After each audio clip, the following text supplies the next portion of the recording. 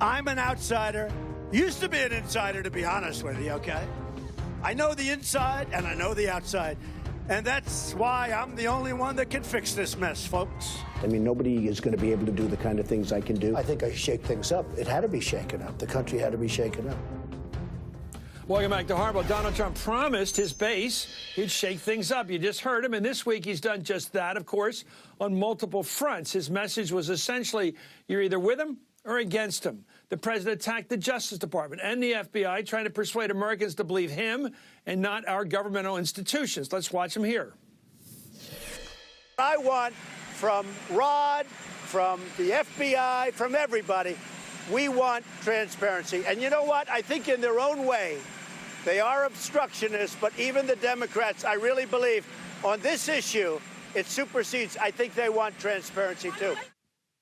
On the culture front, also the racial front, he waded back into the debate on the NFL. He told Fox News that players who kneel during the national anthem should maybe not be in this country. He's going to deport them. Let's watch. I don't think people should be staying in locker rooms, but still, I think it's good. You have to stand proudly for the national anthem. Well, you shouldn't be playing. You shouldn't be there. Maybe you shouldn't be in the country. Let's bring in tonight's Hardball Roundtable. Ayesha Rascoe is an NPR White House reporter. Ginger Gibson is a political correspondent for Reuters News Service. And Jason Johnson is politics editor for theroot.com and, of course, an MSNBC contributor. I want you, starting with Ayesha and the names I mentioned as a group, put this together.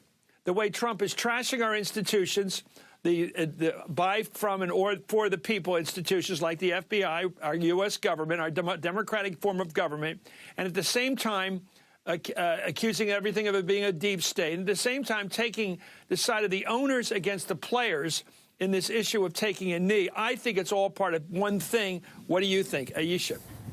Well, I think when it comes to the NFL, President Trump has definitely feels like he's honed in on an issue where he can rile up his base. He feels like this really connects to them. And obviously, it's a very divisive issue. And if he paints it as people being unpatriotic, he feels like that's a winner for them. And I think he's also, you know, kind of seeing how far can he take it. Now he's saying these people should be put out of the country.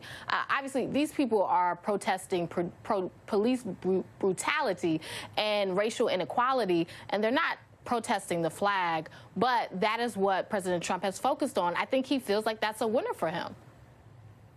We're seeing, you know, President Trump is trying to just throw all of he can at the wall and hope that people listen to what they want to hear. He's talking to segments of his base by talking about the NFL. He's talking to segments of his base by threatening tariffs on autos. He's talking to segments of his base when talking about North Korea in the way that he did today. This is a hope that people choose their own news, that they hear what they want to hear and that they take away what he thinks they want to hear.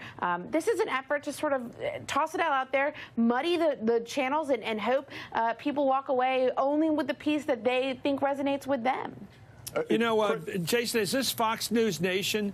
Is it basically taking the 40-some% that have voted for him and back him still and say, let's remember what side we're on? Don't look at evidence. Don't think about black-white relations in this country. Don't think about how we can cut deals and get along with each other. Just think about how much we hate each other. Let's fight.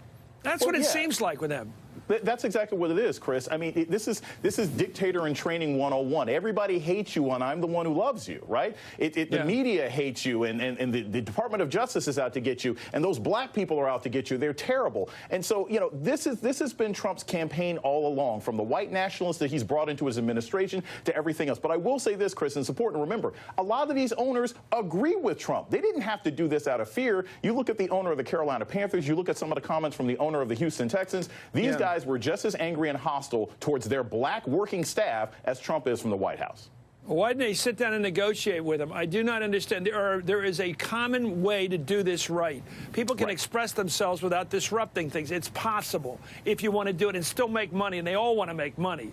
Anyway, the roundtable's sticking with us, and up next, these three will tell me something I don't know. Be right back.